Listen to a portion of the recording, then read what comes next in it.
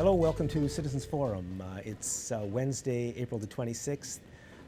The guest in our first segment is Bruce Curtis. Bruce is the executive director of the Mustard Seed Food Bank, and we're going to be talking about, I guess, the situation. The whole situation is, of course, crazy that we have food banks, but there we go.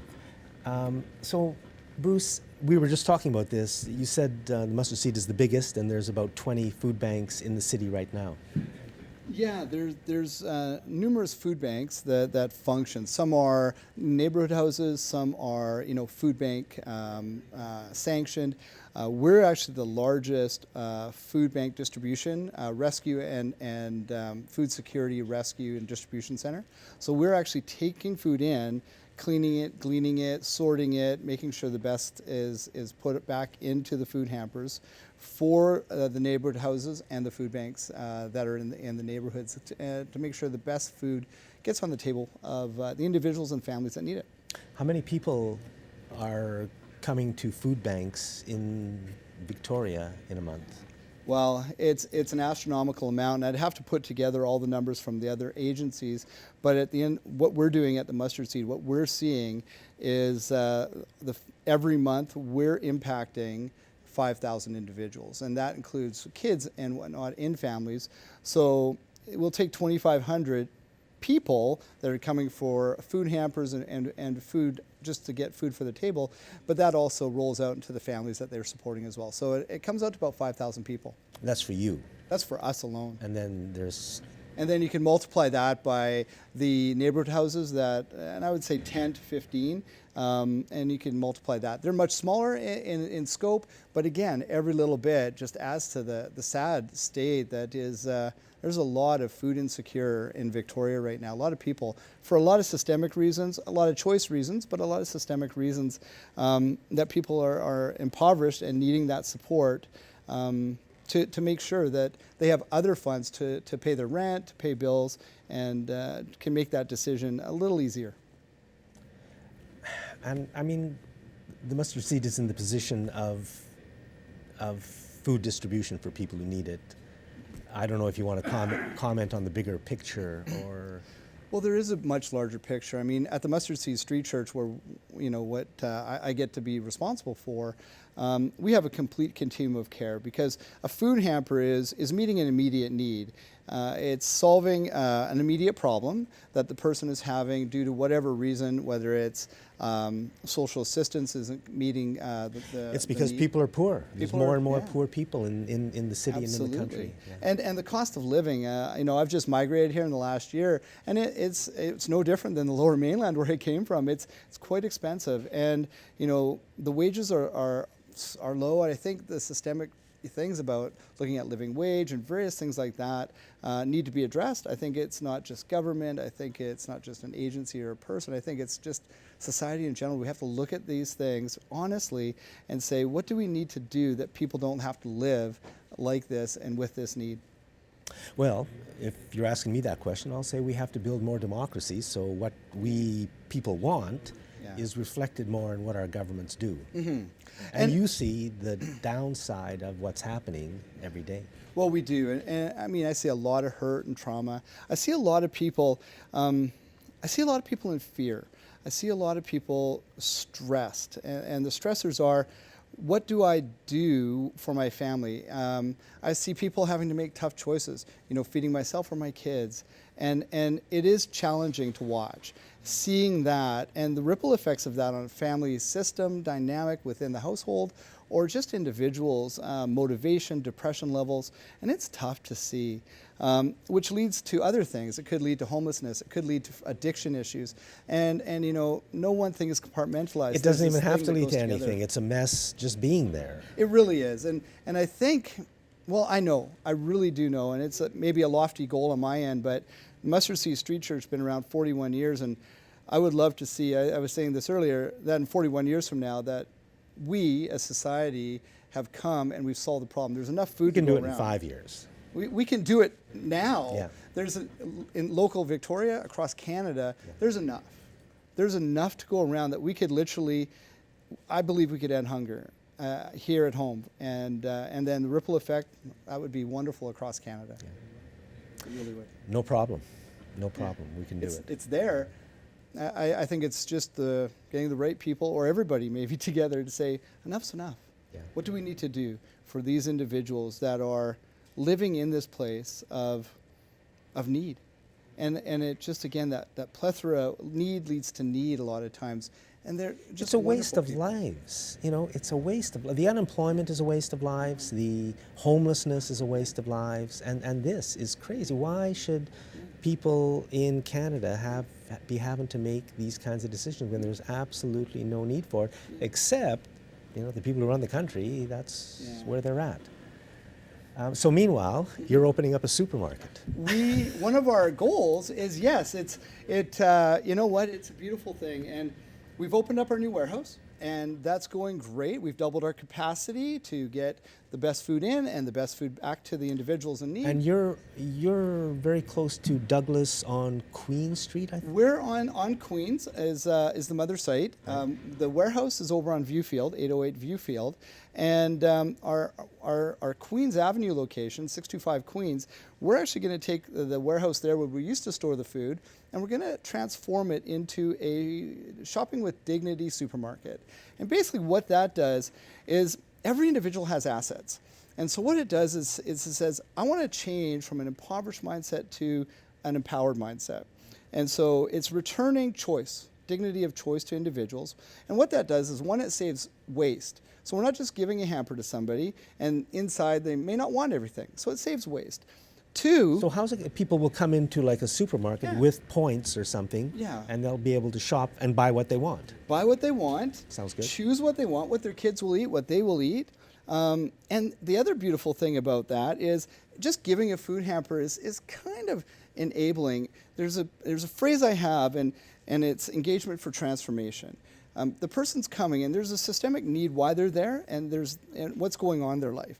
So they're going to be partnered at the Mustard Seed with a shopping buddy who will talk to them, who's actually skilled and equipped and trained to talk about referrals and things they need, hear their story, link things together, and say, you know, I thought about this while we were chatting, you know, maybe you should talk to these folks, and they can help you in this situation. Because I would love to see a great outcome is 1 to 2 years down the way, that the person that is in need of a food hamper today, 1 or 2 years from now, does not have that same need.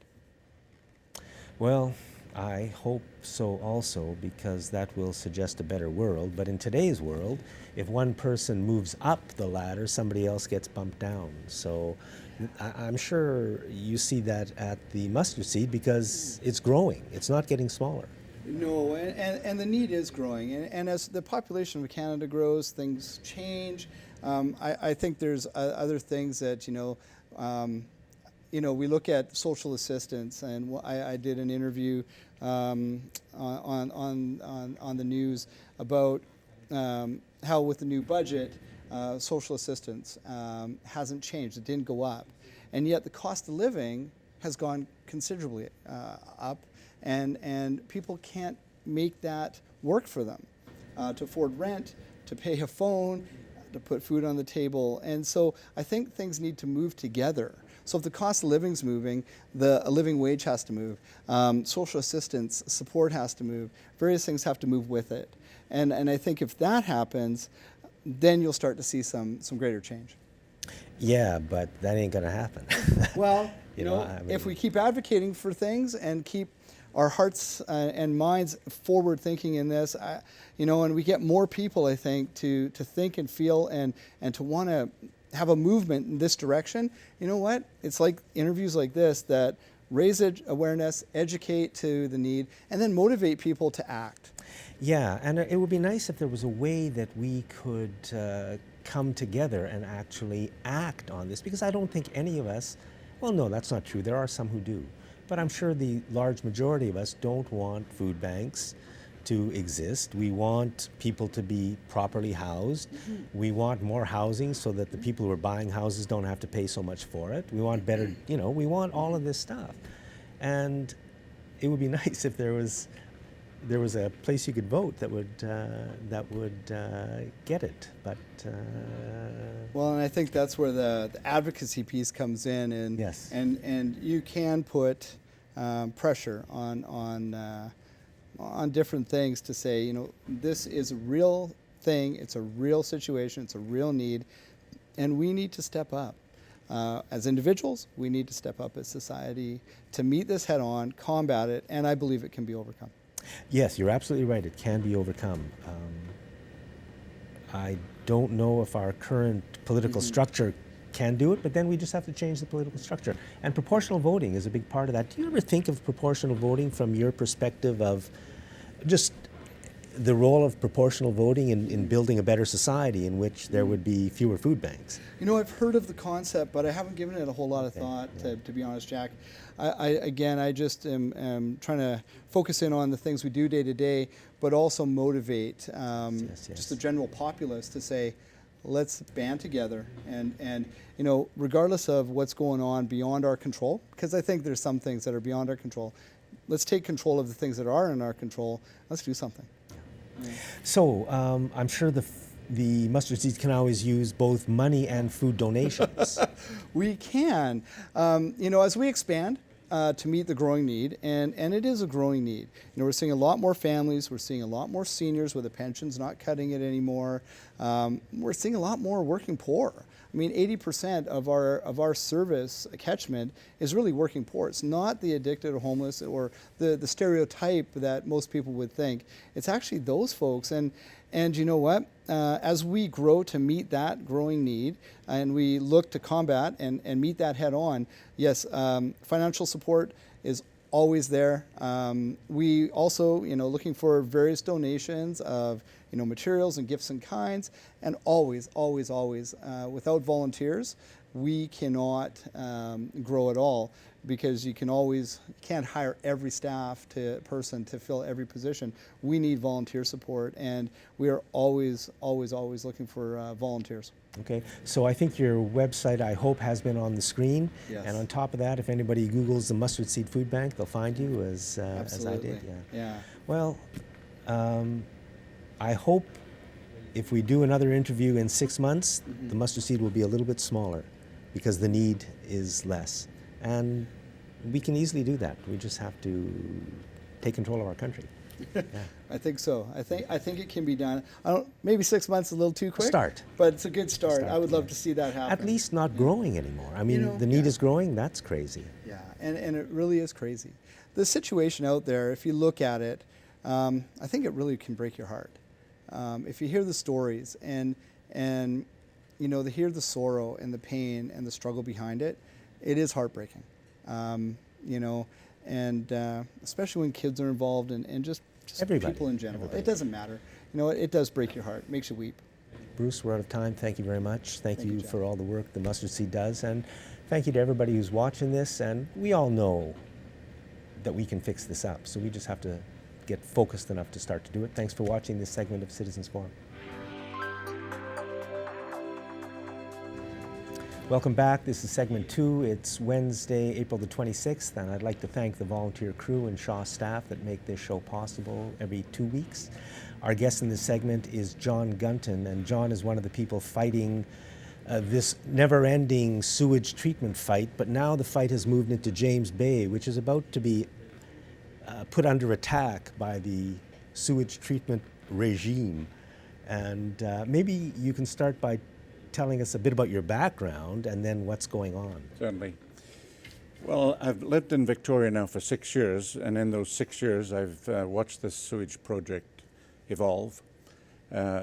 Personally, I'm a retired geologist with an oil industry background, oil and gas industry background. And since we're going to be talking about pipelines, that comes in handy. I'm to some degree knowledgeable about that, but more importantly, the geology that's associated with the stability of the Dallas Road, the bluffs there, drilling across the harbor, the technical issues that are related to that.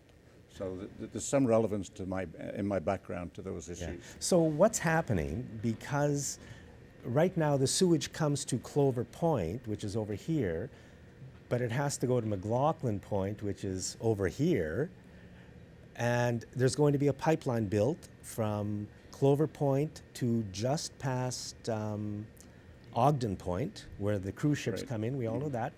right along Dallas Road, along the bluffs, and then from there they're going to drill another pipeline under the harbor, which is going to take a year to do, and it's starting very soon, under the harbor, right underground through solid rock to come up at McLaughlin Point. So 2 pipelines. That's correct, yes. So this is, the whole project is a $765 million project. It's equivalent to 10 blue bridges, if you like. No, only 7 blue bridges these days. Well, not including overruns. Yeah.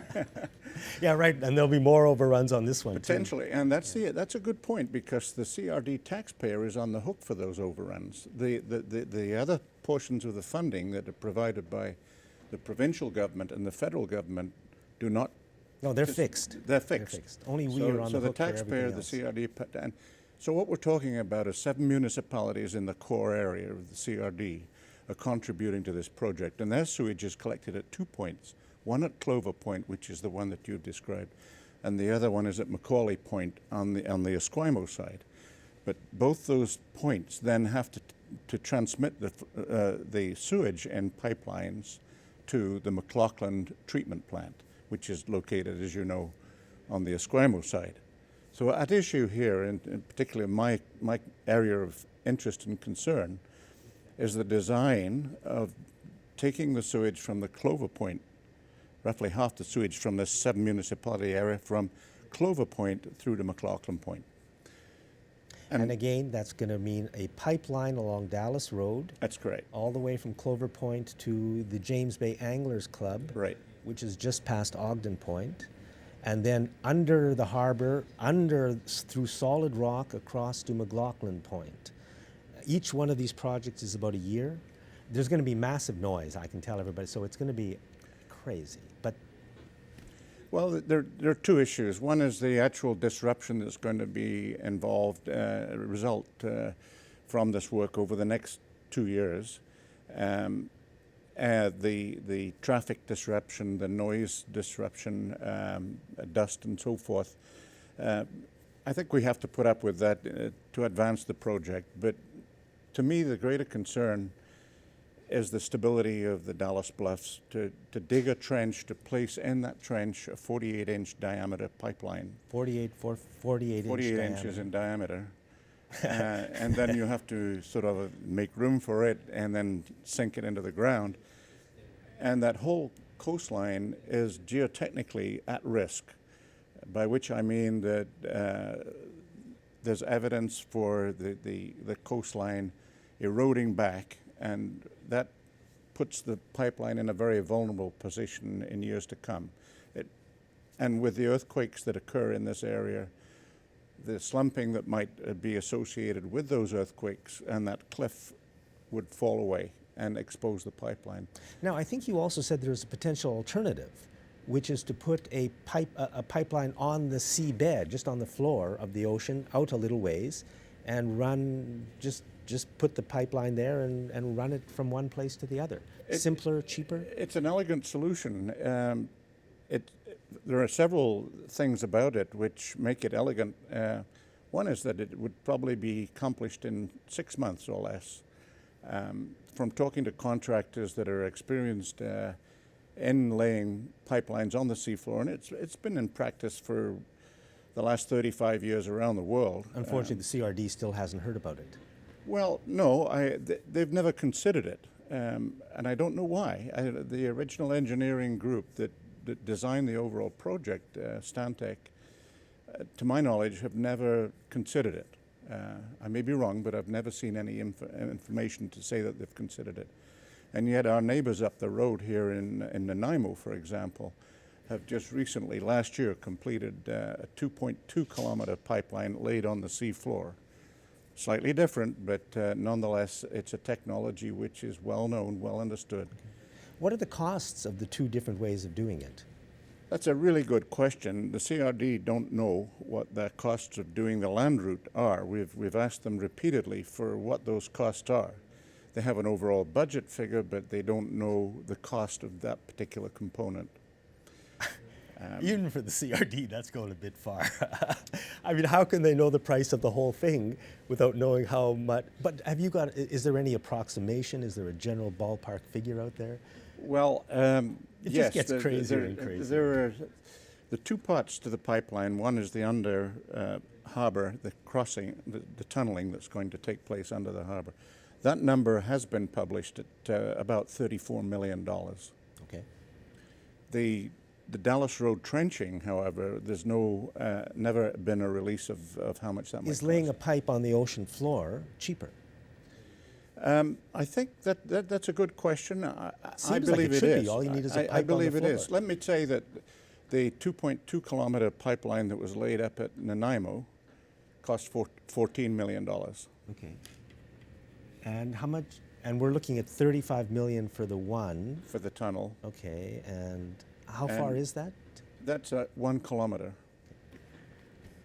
It's I just say the way the CRD is run, I always think if it costs less, they won't do it because it's a lot of this. I think is about just taking our money and giving it to some company that wants to drill, and trench and lay pipes and all of that. But maybe that's another story. I'd like to comment on that, but I don't know that I should. But certainly, I think the plan to drill under the harbor is foolhardy for many reasons, and I think there are other ways of doing it. And again, you have some professional expertise in this. We live in an area where the rocks are very hard, very durable, very fractured, subject to earthquakes. This is not the right thing to do. So again, we're looking at, in James Bay, we're looking at a pipeline going from Clover Point to just past Ogden Point. Major disruptions, a lot of digging, instability of the cliffs, the Dallas Road cliffs, which, I mean, it's a big part of the city. And then also drilling under the harbor from the James Bay Anglers Club for $35 million at least to the other side, to the plant at McLaughlin. And there are better ways of doing all of this. Do you want to talk a little bit about either the Victoria City Council or Stantec, whichever, although they both merge, I guess? Well, Stantec are as I understand it, the consulting engineers that have pretty much designed the project the way it's being implemented.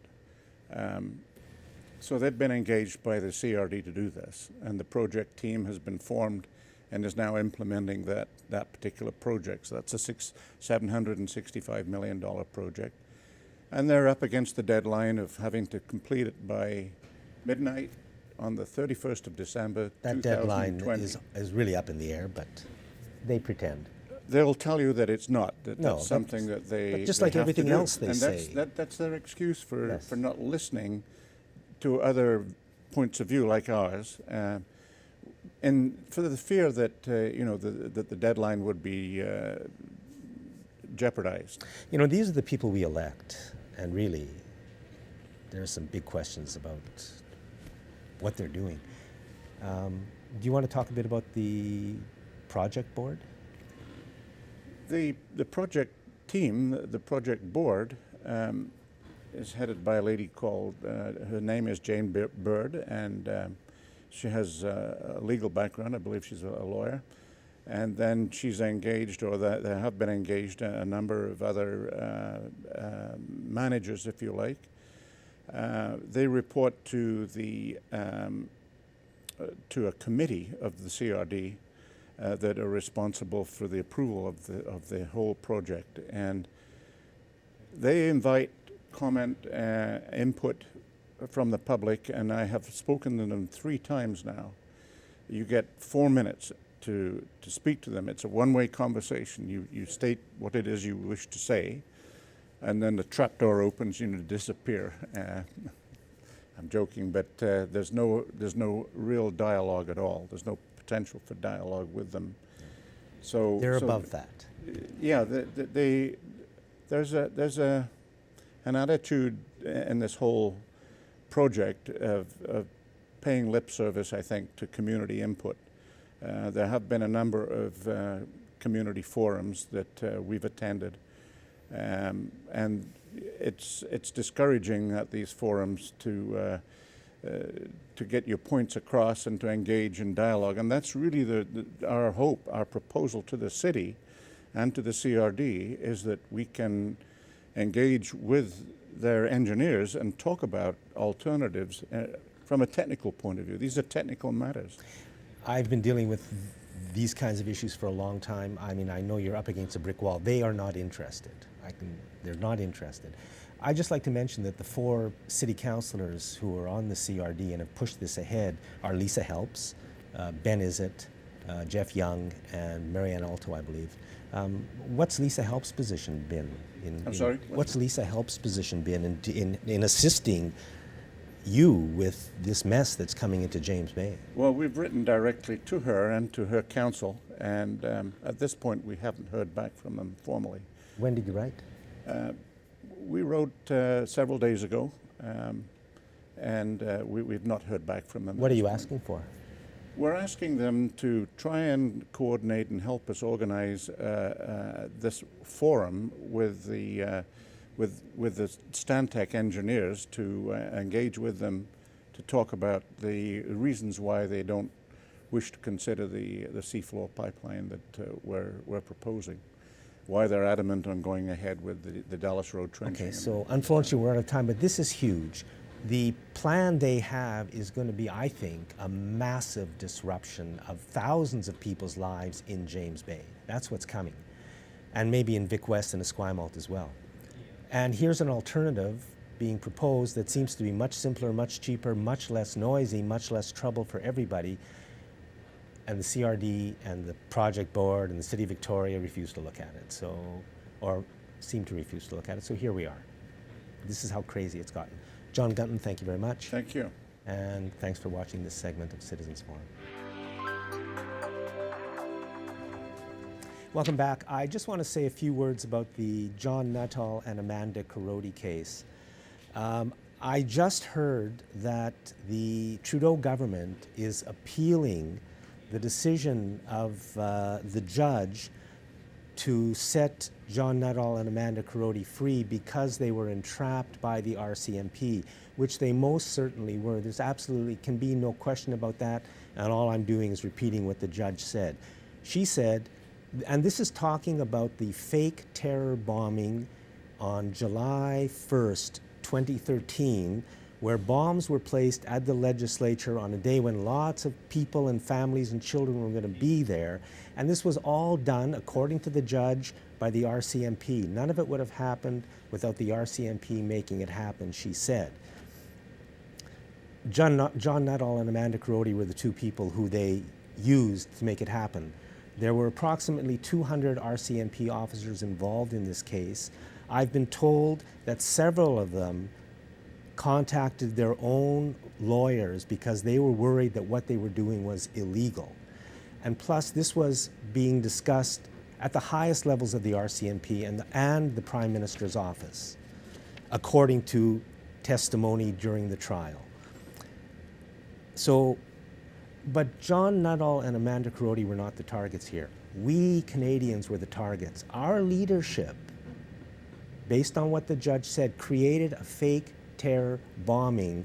And then for 2 years, the media told us these words, Muslim terror bombing, Muslim terror bombing, over and over again, in a case where everybody must have known from virtually the very beginning that the whole thing was a setup. I certainly knew it from just by what was reported in the Times Colonist. But then that all disappeared. And then it was done as if it was a real case. The media always told us as if it was real. None of it was real. And we are the targets. They want fear and division and anger in the country, and this is one way they create it. So now the Trudeau government is appealing the decision, which, I mean, Justin, what are you doing, man? I mean, how deep in this are you? So, I don't know what else I can say, but we have to keep this in mind. We cannot let the people who run this country do this to these 2 people who got... They believed that they could be killed if they did not plant the bombs. So the RCMP made them think that they could be killed if they didn't plant the bombs. And yet Muslim, terror, bombing. That's what we're told. We've got to start to see the forces we are up against. Thank you very much. Welcome back. Our guest in this segment is Alan Castles. And we're going to be talking about the upcoming election.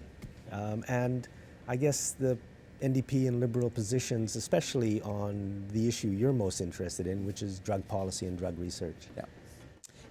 So I mean, this is something that I've been looking at for almost 25 years now, having seen both the NDP running the government in BC and the Liberals. And, and I wrote an article about this for Common Ground, essentially saying that, the one thing that is quite noticeable between the governments, the way they run things, is that the NDP had a very strong commitment to evidence, to making drug policy, pharmaceutical policy based on good quality science, involving independent scientists. They established the Therapeutics Initiative in 1994, and that really guided sort of drug policy, pharmaceutical policy for more than a decade, or almost a decade.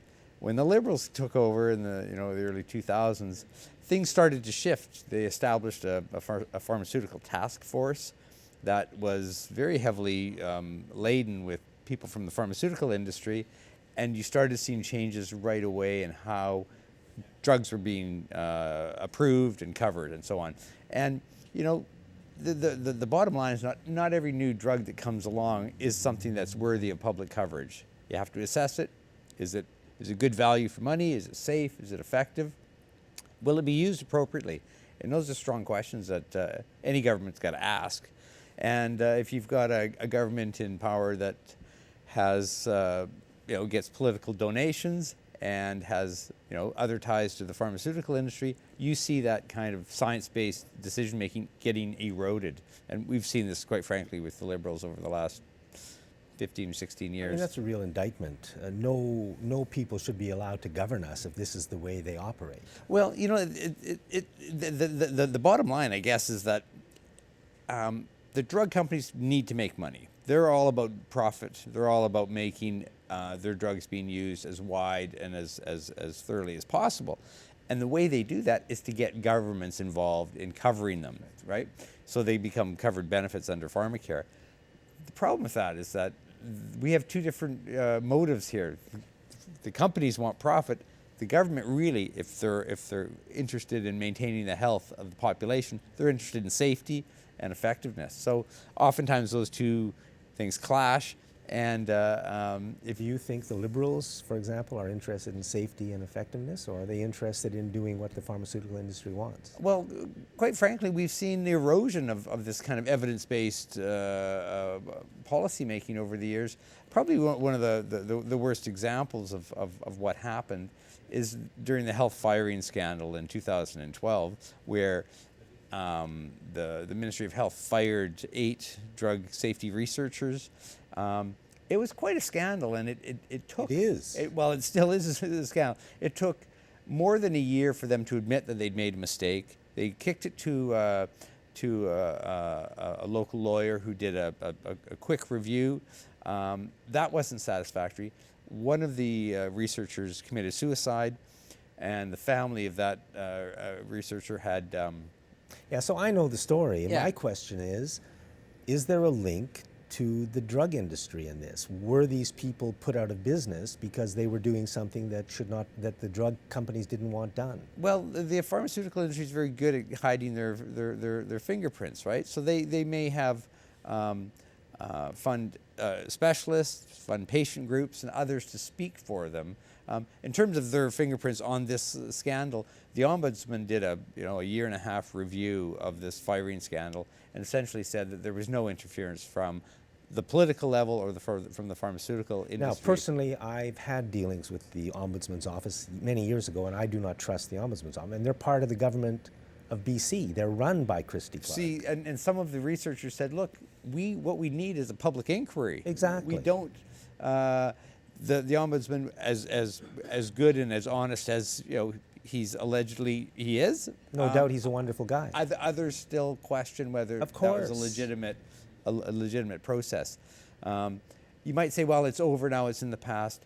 But that really, when you look at that scandal, you say, well, who benefited from that? Who benefited from firing these researchers and disrupting, decades worth of research and getting rid of these teams? I was involved in some of the research as well that was halted, and who benefits other than the pharmaceutical industry? Because everyone else doesn't benefit. So, we were studying drugs for smoking cessation, which are linked to psychiatric effects. We're studying drugs for attention deficit disorder, drugs for Alzheimer's, all of which had major questions about the safety and the effectiveness of these drugs. And the way that you determine whether you're getting a good benefit over versus harm is by doing independent research. You get rid of the independent research, then you'll just continue paying for them and continue, allowing those drugs to be covered by pharmacare. So I think one point you want to make is the NDP, at least in the past, was not like this. No, and in fact, what was quite interesting in the mid 90s, the head of pharmacare at the time refused to allow his staff to be lobbied or to be meeting with the pharmaceutical industry reps. And I thought that's a great decision, because you want those people to be making decisions based on good science and good safety data, not on what the latest lobbyist has come by or what the latest promises made by the manufacturers. And it's not just the manufacturers. Oftentimes the manufacturers will have their own specialists. They will have specialists in, say, rheumatology or in cardiology, who kind of represent the companies when it comes to talking to the government. They may not be speaking to the government as a company representative, but they are influenced by the company that may be funding their research, and so again, you get this tainting of the well, so to speak. I think the former editor of the New England Journal of Medicine, which is one of the #1 medical journals in the world, said several years ago that you can't trust any of the research anymore. Yeah. In fact, one of the most shocking things is that we've got this huge body of evidence, on drug research, for example, and some of it is, or a lot of it is done by the manufacturers themselves. So when you ask the companies, does your drug work? They're going to say, well, of course, and they're going to point to 3 or 4 big randomized trials. The question is, can you even trust those trials? Christy Clark and the Liberals seem to trust them. Well, they do, because they believe if you don't allow science to make decisions, then you'll believe what the lobbyists tell you. And if you don't believe them, then nobody's going to be buying tickets for your next $1,000 a plate dinner. I mean, what kind of crazy way is this for a province to be run? It's a disgrace to all of us. Well, I think it's a disservice to anyone who is in your audience who's taking cholesterol-lowering drugs or drugs for high blood pressure or for depression, when we know that a lot of the research behind that is not very solid. It's questionable. That's why you need independent research. So if somebody's taking a drug for high cholesterol, are you saying that in many cases they shouldn't be because they don't have to be? Well, I would say the majority of people in this province who take drugs for high cholesterol don't need them. In fact, there is very little benefit that they will have from having their. If the drugs had no side effects, maybe it wouldn't matter that much. But right. They do have side effects. They do have side effects. They do have adverse effects. Some people are it's rare, but some people are quite seriously harmed by statins. And that's seriously. How many people are minorly harmed, and which leads to who knows what? Yeah, here's an example. One of the side effects of cholesterol-lowering drugs, and everyone should know this when they're prescribed them, is they cause muscle weakening, muscle breakdown. And so that, people tell me that after being on a statin for several weeks, they have trouble getting out of bed or climbing the stairs. Well, what you're taking the drug for is to reduce your heart attack risk. And probably the most important thing you need to do to maintain your heart health is exercise. So here's a drug that allegedly prevents you from having a heart attack, but it actually prevents you from exercising. Yeah. And the whole cholesterol thing may be a fake. The whole cholesterol thing is under a huge amount of controversy. There are researchers out there, not just myself, but researchers out there that say that we are way over medicating people for high cholesterol. We're giving high cholesterol statin drugs to elderly people when we know that older people won't benefit. In fact, they're more likely to be harmed by taking cholesterol-lowering drugs. You know, we've got guidelines written by committees that tell you what should be the proper level of your blood pressure. Well, that might be something that's fine for you and I, but when you apply those guidelines to older people, what happens is that they end up on several antihypertensive And drugs. not only that, but it's in the interests of these committees to sell as much drugs as they can, because in many cases they represent the industry. So Right. they just make the parameters Yeah. to catch more and more people. You talk about the committees. We have these things called guidelines. So the cardiovascular guidelines might say, you know, in a 75-year-old person, you should try to get their blood pressure down to a certain level. Well, when you try to do that using multiple drugs, a lot of times these older people are going to get dizzy. They're going to stand up and lose their balance. They're going to fall and break a hip. There's actually some very interesting research on the number of elderly people who end up in hospital with broken hips, and that is linked to having too low blood pressure. The blood pressure is too low. And that's being caused by drugs they're taking. And that is partly caused by the drugs they're taking. How about the amount of money we're spending on drugs in BC? Yeah, so you know, about a third. Well, we spend probably about $4 billion a year. And I think that number's been going up steadily. It has been going up, though we've saved a little bit of money over the years because more and more of the more popular drugs have been generic. So we're getting those at a cheaper price. But still, the number of drugs per person has continued to grow, and it's quite a serious problem in the elderly. So you get older people who might get drugs to treat the side effects of other drugs that they're taking. And so they end up on 13, 15, 18 drugs. Their lives become highly invasive by the medical system, and it consists of taking more and more medication. Can you say a word about patient groups? Yeah, so one of the things that the Liberals did, back to the sort of election come out, one of the things that the Liberals did is that they changed the way that we make drug coverage decisions in this province. And so they allow the manufacturers and the specialists to weigh in with their opinions about a new drug. But they also invite the patient groups. And the patient groups, what most people don't know, is also getting money. You know, the patient groups are also getting money from the pharmaceutical companies. So if they're weighing in with an opinion on an Alzheimer's drug, and that Alzheimer's Society is getting money from the pharmaceutical companies, guess what they're going to do? They're going to be much more favorable to the treatment than, say, an independent group. Patient groups, I would argue, do a really good job about helping people, you know, manage Yes. diseases, you know, diabetes, Alzheimer's disease, osteoporosis. But those who receive pharmaceutical money, and it's not my opinion, again, we've studied this, there is good research, so that Yeah, those should not be lobbying the government. they should not be lobbying as the independent government people, because yeah. they are the companies are essentially using these groups as their lobbyists. Alan, we're out of time. Do you have a prediction for the election? I predict it's going to be really interesting, and I am hoping for some major changes. Alan Castles, thank you very much. Thank you. And thanks for watching this segment of Citizens Forum. Welcome back to Citizens Forum. This is the final segment of the show this week. I have with me today Dermot Travis. Dermot is the executive director of Integrity BC, and Dermot has prepared lots of fantastic information over the years about the facts of where money is being spent and all about the influence with the government, and particularly in British Columbia. Now, Dermot has written an e-book. An e-book. It's just about ready to go. Yep. It's called May I Take Your Order? And if you could see it, there's a nice picture of Christy Clark with a sale sign tag hanging off her shirt. So we're getting the picture already. So welcome to the show, Dermot. Good to Now, be with you again. You have so much in this, you know, and I have the table of contents here Oh, wow. in Okay. front of me, Yeah. just looking at the list. And of course, you touch on almost everything that is happening in this government that's bad, let's face it. So I know the number one thing is that there's a lot of discussion in the media these days about the effect of lobbyists on governments. Mm-hmm.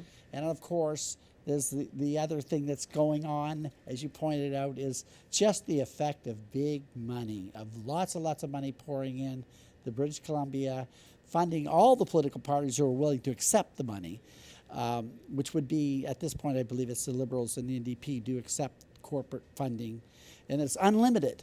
Unlimited from anywhere in the world.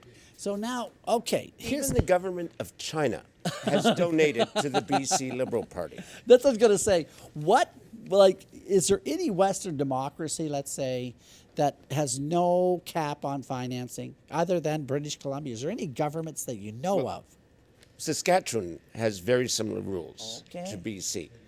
The trend in Canada is to ban corporate, ban union, and cap individual. Right now, that's the practice Yeah. in Nova Scotia, Quebec, Ontario, Manitoba, Alberta, soon Prince Edward Island, and already the federal level. And Yeah. it's been that way at the federal level since 2004. And even if you were to say that there was absolutely nothing going wrong in the system, like this money didn't influence a soul, the reality is it smells. Yeah. And the public knows it smells. Yeah. And I think it's kind of cute because the media got an advance copy of the book, and the Premier was asked about it, and the Premier said, consider the source, being somewhat, I think, dismissive. Oh, wow. Well, you know what I found funny about that is two things. One, the Vancouver Sun did something very similar about 3 weeks ago, and she didn't say consider the source. Now, they took a very small group of donors and extended into what they've seen from the government. I decided I wanted to look at the party's largest donors since 2005. And I decided that I was going to say that I wasn't going to look at you unless you'd contributed at least $100,000 to the party. Over what period of time? Originally from 2005 to 2015. Now that the new data is out, it's up to 2016. Yeah. I think what people don't always appreciate about the Liberal Party in BC is they bring in an incredible amount of money, like absolutely incredible. Last year, they brought in $5 million more than the federal Green Party and the federal New Democrats put together. Wow. Federal. Federal, Okay. from all across They Canada. get a larger demographic to draw on. Indeed, they do. Yeah. But what people don't always appreciate is the fact that this gigantic sum of money comes from a really small group of people. Yeah. And they use a whole bunch of numbered companies and a whole bunch of different corporate names to donate so that you don't really get the sense that there's only a few people donating. And to put it into perspective, I looked at the 177 members that ended up giving more than $100,000. That's your $100,000 club. Yeah, 177 members in it. And they've given over $55.9 million. $55 million. 0.9. Just for the province of BC. Just for the province of BC. Now, what I did was I took roughly 75,000 donations that have come into the BC Liberal Party since 2005 to 2015 and assigned them to what I call the unique donor. Okay, so I'm going to take all of the donations in this name and come up with a total. I'm going to take all of the donations in this name and assign them to who has the wallet.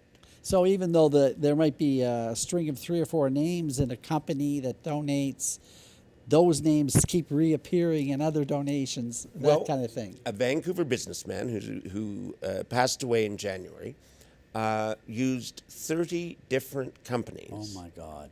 to donate more than $1 million to the party. 30. Yeah. Okay. Okay, so I'm taking all of these the 75,000 donations, I'm assigning them to unique donors, and I end up with 2,810 unique donors. Okay, which, quite frankly, seems to be a fair number. I decided to knock off, so to speak, everybody who had donated less than $50,000. Yeah. Okay? I ended up with 485 donors who accounted for 82% of the money coming into the party. Okay, that's under 500 people. Yeah. 30 donors account for 1 out of every $5 that the party brings in.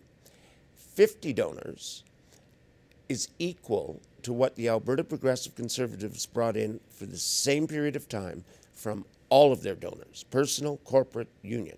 Wow. And 10 donors is all it took for the BC Liberal Party to raise more money than the NDP brought in from all the unions, all their locals, all around the world. Now, where does the money go? I don't know if you even covered that. Like, they get all this loot. I see them spending money on the TV ads, the slagging the NDP mostly, and no doubt that probably costs a fair amount of money to do. But still, they're rich. They get tons and tons of money. So where else would it go? Well, they're going to have call centers operating that are constantly canvassing you. They have a tremendous data mining system. Yeah. They're trying to build profiles on every individual voter in the province. Yeah. Undoubtedly, they are now at the point where they can assign a probability rank to you. A probability rank is there's an 80% chance they will vote for us. Yeah, Or, we know they will vote for us. You know who really developed that and refined it was the Federal Conservative Party of Canada under Stephen Harper. They really had gotten right down to identifying almost every voter and using that system, and it was very successful for them. And what's changed in BC that many people may not know is that the parties are now entitled to have the name of everybody who voted in the last election. Not how you voted, obviously, but that you voted. So what they're doing is they're taking a gigantic universe and they're trying to shrink it down to know how many people they need to get to the polls, how many people they've given 100% probability to, and the people at a certain point that are too low in probability will get ignored. Yeah. The people who don't go out to vote will get even more ignored. Yeah. And that's not healthy in the long run. Because you could even get it down to like who voted for us in the last election, knowing the shift only has to be 2 or 3% between a majority on one side and a majority on the other side with this first past the post system, which is a very corrupted system too. So I mean, you could see how easily the public's perception can be affected, and I think particularly with I think the Liberals, we've always had this what they call the Wild West of fundraising, but I think the Liberals have just raised it up another several notches here. And you know, the downside to it is that the NDP isn't even close, but this is the downside part. Yeah. They still raised $1 million more than their federal party did. Yeah. And so we have too much money. The NDP, I think, is at around $63 million since 2005. The Alberta Progressive Conservatives, who were in power for most of this time, raised $32 million. Just we about don't half. need this amount of money in our political system. Yeah. And the fact that it is in our political system raises questions about the source, what they're after. I think I'm alarmed that a foreign government has donated to the BC Liberal Party. Yeah. And I'm alarmed that it's not just one foreign government that's done it. It's 2 foreign governments. Okay, can you remember what Martin Brown said when Martin Brown was a political analyst for the Liberal Party back a few years ago? He was former Premier Gordon Campbell's chief of staff. Okay. And in a government, generally, the Premier, the Prime Minister's chief of staff, is the most important person in government. Well, they're a political appointee. They're a political appointment, okay. And I can't remember his full quote, but I can remember the last few words. BC's political financing system is corrosive to the core. And I go back to the Premier's comment of consider the source. Well, what are her own donors saying? Yeah. They don't like it. They think it smells. They feel they're getting blackmailed. They feel they're getting extorted. They know it's pay to play. If they don't donate, their clients suffer. Like, this isn't me. I'm not the source on Yeah. this one. This is the people cutting the checks to the party saying the system stinks. They want it brought to an end. You know, we're going to just have a couple of minutes left. And I always wondered about this because, you know, you have your lobbyists and you have all this big money arriving to fund campaigns theoretically. I don't know if they can use it for any other purpose. Can they use it for any other purpose, the Liberal Party? Well, they hire staff, obviously, that run the party through ongoing through the Yep. through for political purposes. Yep. You know, do you think that it's possible that we can change that? Do you think it's possible that if another party were elected, for instance, that they would in fact give that all up? You know? It's interesting because in Alberta, it was one of the planks of Rachel Notley and the New Democrats in the last election that they would end corporate and union donations and reduce the cap. There was a cap in Alberta. It was the first piece of legislation they brought in. And I think what everybody needs to know, this is the most important part of that legislation. A New Democrat government in Alberta brought it in, and every single member of the legislature voted yes. Including the opposition. Including the opposition, including the former Progressive Conservative government, including the Wild Rose Alliance, the Alberta Liberal Party, the Alberta Party. Well, we have to wrap it up at that. That's a good message. Yeah. If another party were to be elected and decided to do that, that they could, in fact, achieve it. So that's it for this week, folks. I hope you enjoyed the show and see you next week.